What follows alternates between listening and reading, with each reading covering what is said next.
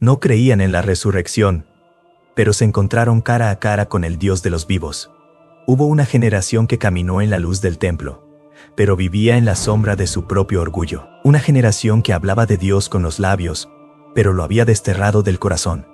Se sentaban en las sillas altas, recitaban las escrituras con voz grave y pronunciaban bendiciones como si fueran dueños del favor divino. Pero el cielo no los reconocía. Eran hombres revestidos de autoridad, pero vacíos por dentro. Hombres que conocían la ley, pero habían olvidado al legislador. Su sabiduría no nacía de la revelación, sino del cálculo. Su religión no fluía de la fe, sino de la conveniencia. Eran como árboles sin raíz, sostenidos solo por el decorado de su poder. Saduceos, ese era su nombre. Una casta religiosa, surgida no del fuego del Sinaí, ni del aliento del Espíritu, sino del frío pacto entre el templo y el trono. No eran herederos de la fe de Abraham, sino administradores de un sistema. Funcionarios del altar, burócratas del incienso. Conocían los ritos, pero no al Dios que debía ser adorado. Su ministerio no era servicio, era control. Decían representar a Dios. Pero Dios no los había enviado. Venían del linaje de Sadoc, el sacerdote fiel en tiempos antiguos, pero con los siglos, su descendencia se desvió. En lugar de seguir el ejemplo de fidelidad, se aferraron al prestigio del nombre. El cargo se convirtió en herencia, no en llamado. Y al heredar la posición, olvidaron la presencia. Buscaron alianzas con el poder terrenal. Se unieron al imperio romano no por temor, ni por estrategia, sino por conveniencia. Pactaron con los invasores para mantener sus privilegios. Negociaron con Pilato, conversaron con Herodes. Sabían moverse en los pasillos del palacio, pero habían olvidado cómo arrodillarse en el lugar santísimo. Eran doctores de la ley, sí, pero su sabiduría era hueca. Sabían los textos, pero no los tiempos. Podían recitar los mandamientos, pero no entendían el corazón de Dios. Ellos estaban allí, cuando el Mesías, el Hijo del Altísimo, caminó por las calles de Jerusalén. Ellos estaban presentes. No era un rumor, no era una leyenda lejana, no era una visión oculta. Jesús caminó entre ellos, enseñó en el templo que ellos administraban. Habló con autoridad, con compasión, con poder. Sus palabras atravesaban el alma. Sus obras hablaban más fuerte que cualquier sermón. Los ciegos veían, los cojos caminaban, los muertos resucitaban. ¿Y qué hicieron ellos? Lo vieron, lo escucharon, lo juzgaron, pero no creyeron, porque para creer, había que renunciar. Para aceptar al Mesías, tenían que perder el control. Y ellos amaban el control. Y ellos amaban el control. Amaban más su silla en el concilio que la verdad. Amaban más los saludos en la plaza que la humildad. Amaban más su alianza con Roma que el reino de los cielos. Entonces, cuando la verdad caminó frente a ellos, la ignoraron. Cuando la vida habló, la silenciaron. Y cuando el Verbo se encarnó, lo despreciaron. La voz que hizo temblar el Sinaí ahora hablaba con acento galileo. El Dios que liberó a Israel ahora lloraba sobre Jerusalén. Y ellos lo rechazaron. Jesús no encajaba en sus esquemas, no tenía la formación de sus escuelas, no buscaba sus aprobaciones, no los temía, y eso los incomodaba. Porque el que está vacío siempre teme al que tiene fuego. Cuando la verdad fue colgada del madero, ellos guardaron silencio. No alzaron la voz en defensa del justo, no intervinieron para detener la injusticia, no lloraron, no protestaron, no temieron, guardaron silencio, porque ya se habían vendido, porque el corazón que se llena de conveniencia, se vacía de compasión. Ese día, el cielo se oscureció, la tierra tembló, el velo del templo se rasgó, pero ellos siguieron con sus rituales, como si nada hubiera pasado, como si el sacrificio de Dios no significara nada. Y sin saberlo, fueron testigos de su propio juicio, porque el Dios de los vivos se había revelado. La resurrección caminó entre ellos, la vida misma les habló. Pero ellos prefirieron la sombra del sistema antes que la luz del Salvador. Así fue esa generación, engreída en su sabiduría, soberbia en su autoridad, orgullosa en su religión, ciega en su discernimiento. Y así como llegó, desapareció. Sus nombres fueron olvidados, sus logros borrados, su linaje se extinguió. Porque no basta con conocer la ley, si se rechaza la palabra viva. No basta con tener el templo, si se niega la presencia de Dios. No basta con ser custodios del altar, Si se crucifica al que vino a purificarlo. Los saduceos no creían en la resurrección, pero se encontraron con ella. No como doctrina, sino como persona, no como esperanza futura, sino como juicio presente. Y cuando la vida les habló, decidieron permanecer muertos. Y esa fue su sentencia. Los saduceos eran los guardianes de una fe sin cielo, los sacerdotes de un templo sin eternidad. No creían en ángeles, no creían en espíritus, no creían en la resurrección. Su mundo terminaba donde moría el cuerpo. Su esperanza era tan efímera como el último aliento de un anciano. Para ellos, el más allá era un susurro sin sentido, una ilusión para los débiles, una idea innecesaria para quienes ya tenían poder aquí en la tierra. Eclesiastés 3:21 plantea una pregunta que, para muchos, todavía resuena en la oscuridad del alma. ¿Quién sabe si el espíritu del hombre sube arriba y el del animal desciende abajo a la tierra? Los saduceos respondieron con frialdad. Para ellos, no había misterio, ni ascenso, ni descenso. Solo tierra, solo polvo, solo silencio. Y desde esa convicción fría, construyeron su religión. Una religión sin espíritu, una doctrina sin eternidad, un templo sin fuego. Para ellos, la fe no era un puente entre el hombre y lo divino. Era una herramienta política, una estructura de control, un medio para conservar su posición. Manejaban la ley, pero no amaban la verdad. Conocían las escrituras, pero negaban lo sobrenatural que las hacía vivas. Estaban en el lugar santo, pero no tenían temor del Santo de Israel. Negaban la existencia de los ángeles, esos mensajeros del cielo que durante siglos habían intervenido en los destinos del pueblo de Dios. Negaban los relatos de visitaciones celestiales, de sueños proféticos, de voces que descendían del trono. Para ellos, todo eso era simbólico, mitológico, útil quizás para enseñar moral, pero indigno de ser creído literalmente. Despojaron a la fe de su poder, la vaciaron de lo invisible, la redujeron a un sistema terrenal. Y al negar el mundo espiritual, negaron también al espíritu. Al negar la vida después de la muerte, cerraron la puerta a la redención. Y al negar la resurrección, mataron la esperanza. Porque cuando se deja de creer que hay algo más allá, todo lo que queda es mantener lo que se tiene aquí. Y eso hicieron. La fe, para ellos, se convirtió en una institución congelada, un teatro sagrado sin presencia divina, un edificio de piedra sin llama en el altar. Y como no creían en la esperanza futura, mataron la esperanza presente. Porque el que no cree en lo que viene, tampoco reconoce cuando lo eterno entra en el tiempo. El que no espera la resurrección, no reconoce al resucitado cuando está delante de él. Jesús se presentó ante ellos, no como una doctrina, sino como la palabra viviente, no como una teoría, sino como la resurrección encarnada. Pero ellos no lo soportaron, no podían, porque su religión no tenía espacio para un Dios vivo, solo para rituales muertos. Y fue entonces que Jesús, con una sola frase, desmanteló siglos de arrogancia teológica. Dios no es Dios de muertos, sino de vivos. Mateo 22:32. Una frase sencilla, pero como una espada que corta entre alma y espíritu, una sentencia divina que desnuda a los que aparentan saber y no conocen nada. Los saduceos se escandalizaron, porque esa frase no era solo una corrección doctrinal, era un juicio. Era como si Jesús les dijera: vosotros servís a un Dios que no conocéis, tenéis el templo, pero no al Dios del templo.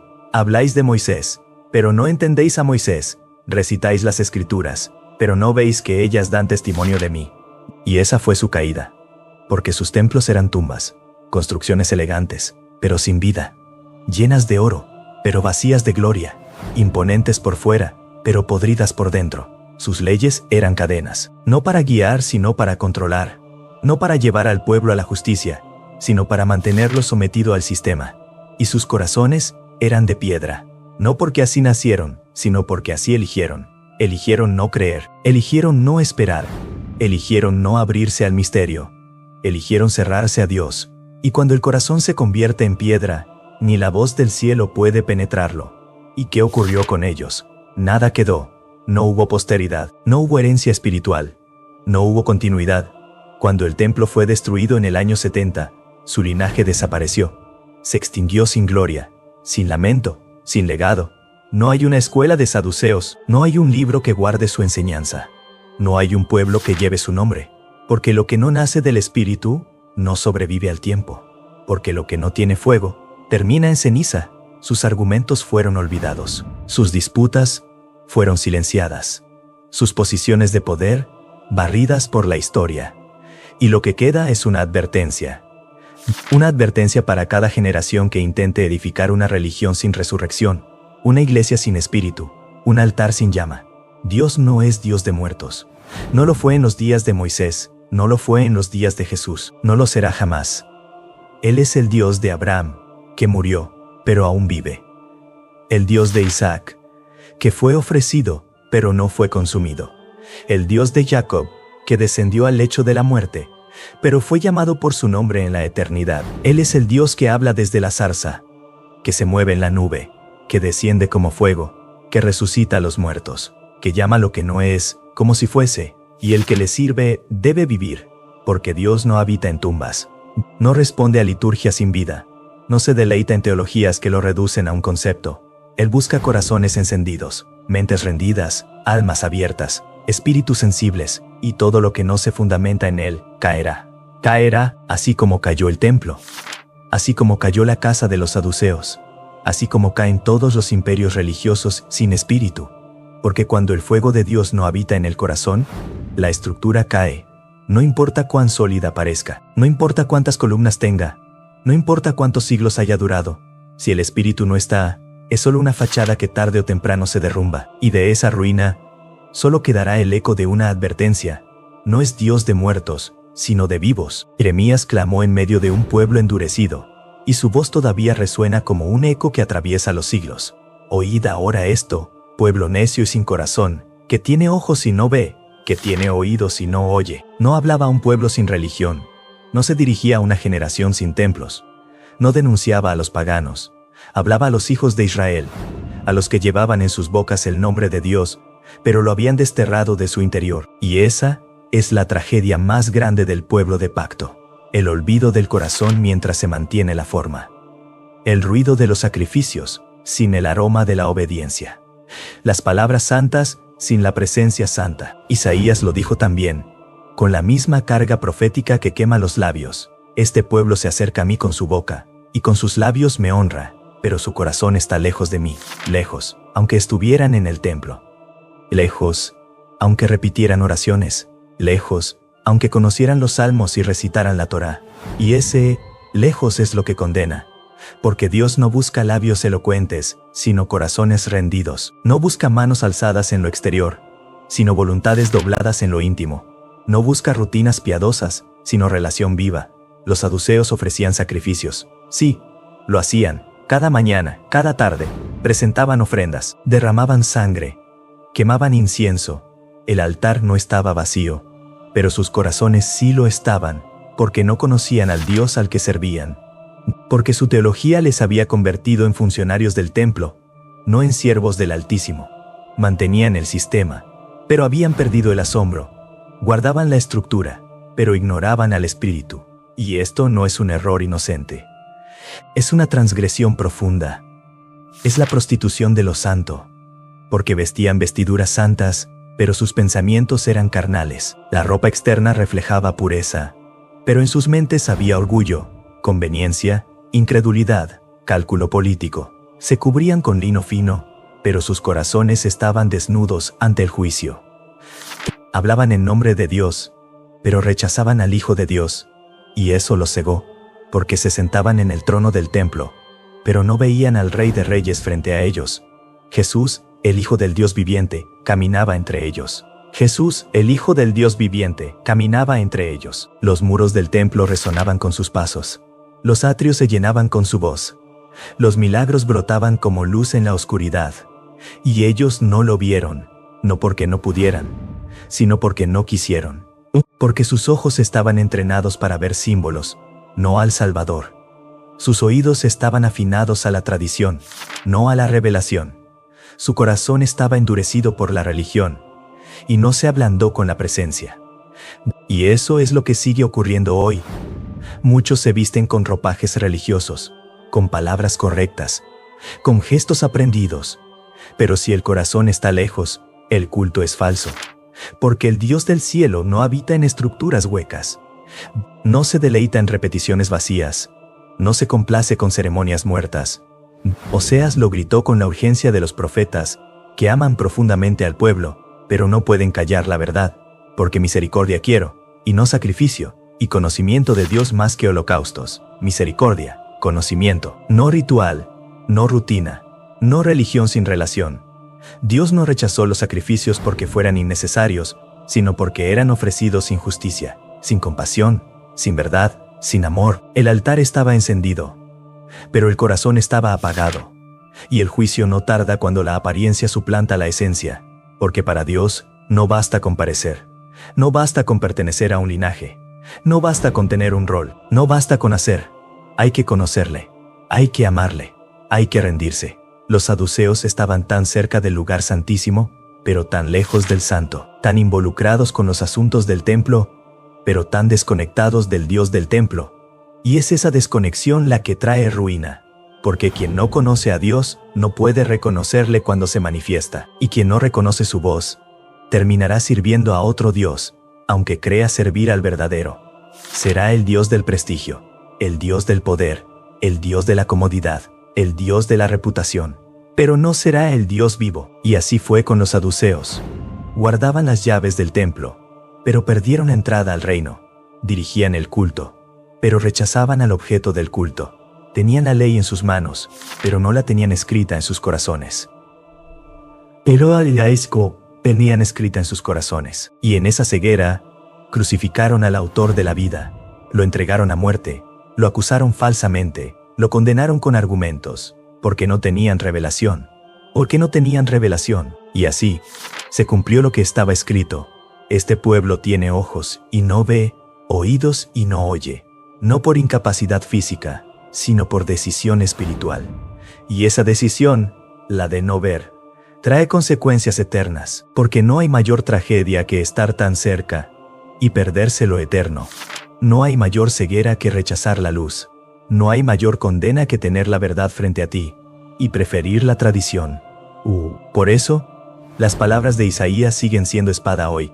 Este pueblo se acerca a mí con su boca, pero su corazón está lejos. Y lo mismo que ocurrió en Jerusalén, sigue ocurriendo en cada generación donde la religión suplanta al espíritu, donde el templo reemplaza al trono, donde el rito oculta la relación, y donde los sacrificios ahogan la misericordia. El Señor sigue buscando adoradores, pero no cualquier adorador. Busca a aquellos que lo adoren en espíritu y en verdad. Y solo aquellos que le conocen pueden adorarle de esa manera. Todo lo demás es ruido, es humo sin fuego, es sombra sin sustancia, es una forma sin vida. Y lo que no tiene vida no resiste el juicio que viene. Hoy hay nuevos saduceos. No visten con túnicas antiguas, ni se sientan en el Sanedrín. No ofician en un templo de piedra, pero gobiernan púlpitos de luces. No llevan el nombre, pero conservan el espíritu. El mismo espíritu de incredulidad disfrazada de sabiduría, de escepticismo envuelto en lógica humana, de religiosidad sin presencia. Son hombres que hablan de Dios, pero no le conocen. Citan las Escrituras, pero niegan su poder. Usan el nombre de Cristo, pero se burlan del espíritu que lo resucitó. Tienen formas de piedad, pero han negado la eficacia de ella, y se multiplican. Como semillas de incredulidad sembradas en los campos de la fe, brotan en iglesias de renombre, en seminarios reconocidos, en plataformas digitales, en discursos refinados que apelan a la razón, pero olvidan el fuego, niegan lo sobrenatural porque les incomoda, desechan lo eterno porque no se puede medir ni controlar, y hacen de la cruz una metáfora, no un altar. Iglesias llenas de doctrina, pero vacías de Dios. Sí, las paredes vibran con música, las pantallas deslumbran con luces, los auditorios se llenan con miles, pero el cielo guarda silencio, porque donde no está el espíritu, no hay vida. Donde no hay fuego, solo hay espectáculo. Y donde no hay palabra viva, solo queda la costumbre, el hábito, la religión que no transforma. Y el espíritu vuelve a preguntar, como en los días antiguos, ¿dónde está tu fe? ¿En el sistema que construiste? ¿En los diplomas que cuelgan en las paredes? ¿En la estructura? ¿En la denominación? ¿En los números? ¿O en el Dios viviente que sopla sobre los huesos secos? Porque muchos han reemplazado la presencia por procedimientos, han cambiado la unción por estrategias, han silenciado al espíritu por miedo a perder el control, Y el resultado es evidente: templos sin presencia, altares sin fuego, ritos sin redención, rostros que parecen piadosos, pero ojos vacíos, palabras bien construidas, pero corazones secos, multitudes que escuchan, pero pocas que se postran, religiones modernas que predican moral, pero no predican salvación. Han convertido el evangelio en una charla de superación. De la forma de una charla de superación. Ya no se habla del pecado, porque espanta a la gente. Ya no se menciona el infierno, porque suena anticuado. Ya no se predica la cruz, porque es demasiado radical. Y así, lo que debería ser una puerta al cielo, se ha convertido en un cómodo salón de filosofía con aires de espiritualidad. La gracia ha sido reducida a motivación. La verdad ha sido cambiada por popularidad. El arrepentimiento ha sido sustituido por afirmaciones positivas. Y el juicio eterno ha sido silenciado por miedo al rechazo. Pero el Espíritu Santo no ha cambiado, ni ha dejado de hablar, y vuelve a hacer la misma pregunta. ¿Dónde está tu fe? ¿Está en el aplauso del hombre, o en la aprobación de Dios? ¿Está en la comodidad de tu entorno, o en el fuego del altar? ¿Está en los argumentos humanos, o en el poder que resucita muertos? Los saduceos del siglo XXI tal vez no se llaman así. No necesitan hacerlo, sus frutos los delatan. Son aquellos que edifican templos sin presencia, que se organizan, se estructuran, se anuncian, pero no oran, que preparan mensajes pulidos, pero no han sido quebrantados, que hablan de Jesús, pero no lloran en su presencia, que enseñan del reino, pero no tiemblan ante el Rey. Y a ellos también les dirá el Señor: nunca os conocí. Apartaos de mí, hacedores de maldad. No por falta de conocimiento, sino por ausencia de intimidad. No porque nunca dijeron, Señor, Señor, sino porque jamás se rindieron de verdad. Porque el conocimiento sin obediencia es arrogancia, y la religión sin rendición es rebelión. Y el Señor no se complace en sacrificios sin corazón. Él mira más allá del púlpito, más allá del traje, más allá del título. Él pesa el alma. ¿Y tú? ¿Has mirado hacia adentro? ¿Has permitido que su luz revele tus rincones ocultos? ¿O te has acomodado entre los fariseos por costumbre, o entre los saduceos por incredulidad? ¿Has hecho de tu fe una rutina muerta? ¿Una sucesión de actos aprendidos? ¿Repeticiones vacías? ¿Cantos sin alma? ¿Servicios sin vida? ¿Predicas a un Cristo que no resucita en tu vida? ¿Hablas de esperanza, pero vives sin ella? ¿Proclamas poder, pero caminas en debilidad? ¿Dices que crees, pero niegas con tus hechos? No se trata de lo que confiesas con tu boca, sino de lo que confirma tu vida. Negarás la resurrección, y luego te presentarás ante el trono eterno, porque el trono es real, está establecido en los cielos. No depende de tus creencias ni de tus negaciones, no se debilita por tu incredulidad. Y allí, ante ese trono, se abrirán los libros, y se leerá lo que ha sido escrito, no lo que dijiste que eras, sino lo que realmente viviste. El juicio viene, no como una amenaza vacía, sino como una certeza profética, como la lluvia que cae cuando las nubes se cargan, como el día que llega tras la noche, como el fuego que sigue al altar. Así como la escritura apareció en la pared para Belsasar, así también está escrita tu vida en los cielos. Las fiestas de este mundo no pueden silenciar la escritura divina. Los banquetes del ego no pueden esconder las señales del cielo. Los reinos humanos tiemblan ante una sola palabra de Dios, y esa palabra es clara. Pesado has sido en balanza, y fuiste hallado falto, no por lo que dijiste, sino por lo que eras. No por la imagen que mostraste, sino por la verdad que escondiste. No por las obras que hiciste para ser visto, sino por lo que hiciste cuando nadie te miraba. Y así, la pregunta no es si viene el juicio. La pregunta es, ¿estarás preparado? Porque aún hay tiempo, pero no por mucho. Y cada segundo es un don. Cada día una nueva oportunidad de volver, de derribar los altares falsos, de encender la lámpara apagada, de dejar de aparentar y comenzar a obedecer. Y mientras el Espíritu susurra, ¿dónde está tu fe?, el cielo espera una respuesta verdadera, una respuesta eterna. Pero aún hay tiempo, aún el reloj de la misericordia no ha marcado la última hora, aún la puerta está entreabierta, y hay un susurro, un llamado sutil, profundo, que atraviesa generaciones, que llega como eco a las conciencias dormidas y a los corazones endurecidos.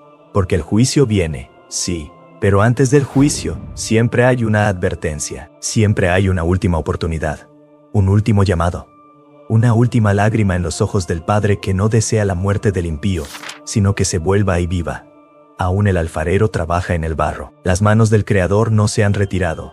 Él no ha soltado la arcilla. A pesar de las grietas, a pesar de las veces que el barro se ha resistido a la forma, aún insiste. No porque necesite de nosotros, sino porque nos ama. Nos modela no con violencia, sino con ternura. Corrige no con desprecio, sino con compasión. Y aunque el barro se rompa, Él puede volver a empezar. ¿Acaso no ha dicho el Señor que no desprecia al corazón contrito y humillado? ¿Acaso no prometió restaurar lo que el enemigo robó? ¿Sanar lo que el pecado quebró? ¿Avivar lo que el mundo apagó? Aún el Espíritu busca corazones dispuestos.